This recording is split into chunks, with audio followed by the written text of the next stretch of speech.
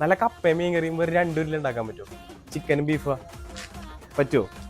ഇതൊക്കെ ഹെൽത്തിയാണ്, ശരിക്കും ഇത് പറ്റുമോ? ട്രൈ ചെയ്തോളൂ. 1.5 വർഷത്തേക്കുള്ളിൽ ഷെൽഫ് ലൈഫ് ഉള്ള ഈ ഐറ്റംസ് ഉണ്ടാക്കുന്നത് ടേസ്റ്റി നിബിൾസ് എന്ന ബ്രാൻഡാണ്. അവർ കേരള ബേസ്ഡ് ബ്രാൻഡാണ്. കപ്പപ്പുഴുക്കാണ് ആദ്യം പൊട്ടിച്ചത്. പാക്കറ്റ് പൊടിക്കുമ്പോൾ നമുക്ക് അതിൻ്റെ ഉള്ളിൽ കപ്പപ്പുഴുക്കും പിന്നെ അവരെ കുറച്ച് പരസ്യം ഉണ്ടാവും. നമ്മൾ ആദ്യം കപ്പപ്പുഴുക്കും മീൻ കറിയും കൂടെയാണ് ട്രൈ ചെയ്യാൻ പോണത്.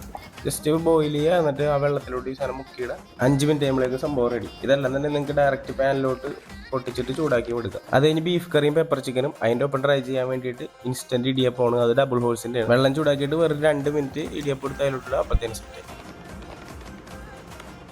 പെപ്പർ ചിക്കനാണ് എനിക്ക് കൂടുതൽ ഏറ്റവും ഇഷ്ടപ്പെട്ട. നല്ല എരിവുണ്ടായി അടിപൊളി സാധനം വരുന്നത്. ബീഫിൻ്റെ ഫ്ലേവർ എനിക്ക് അത്ര ഇഷ്ടപ്പെട്ടില്ല, എന്നാലും കുഴപ്പമില്ല. ഇടിയപ്പവും കൊള്ളാം. ഇനി കപ്പയും മീൻ കറിയാണെന്നുണ്ടെങ്കിൽ നമ്മുടെ സാധാ ഷാപ്പിലേക്ക് കിട്ടുന്ന പോലെ നല്ല എരിവുള്ള കപ്പയും മീൻ കറി.